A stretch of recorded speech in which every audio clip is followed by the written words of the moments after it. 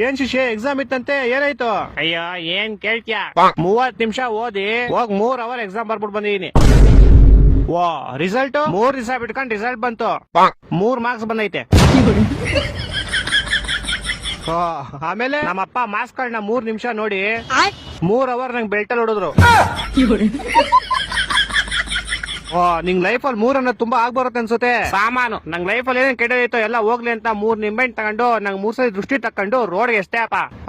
ಯಾರೋ ಒಬ್ಬ ಬೇವರ್ಸಿ ಅವ್ನ ಬೈಕ್ ನ ನಿಂಬೆ ಮೇಲೆ ಹತ್ತಿಸ್ಬಿಟ್ಟು ಸ್ಕಿಡ್ ಆಗಿ ಅವ್ನ ಬೈಕ್ ನ ತಗೊಂಡೋಗಿ ಸೀದಾ ಕಂಬಕ್ಕಿಟ್ಟ. ಬಿಡು ಹೋಗ್ಲಿ, ನಿನ್ ಕೆಟ್ಟದೆಲ್ಲ ಆಕ್ಸಿಡೆಂಟ್ ಅಲ್ಲಿ ಹೋಯ್ತು ಅನ್ಕೋ. ನಾನು ಹಂಗೆ ಅನ್ಕೊಂಡ್ ಆರಾಮಾಗಿದ್ದೆ ಅಪ್ಪ. ಆದ್ರೆ ಗೋಳಿ ಮಗ ಮೂಲಲಿರೋ ಅಂಗಡಿಗೆ ಹೋಗ್ಬಿಟ್ಟು ಯಾರು ನಿಂಬೆಹಣ್ಣು ಇಸಿದು ಅಂತ ಕ್ಯಾಮ್ರಾದಲ್ಲಿ ಚೆಕ್ ಮಾಡ್ಕೊಂಡು ನಮ್ಮ ಮನೆಗೆ ಒಂದ್ 3,000 ರೂಪಾಯಿ ಇಸ್ಕೊಂಡೋದ. ನಮ್ಮಪ್ಪ ಅದೇ ಬೆಳ್ತ ಇನ್ನೂ 3 ಅವರ್ ಹೊಡೆದ್ರು.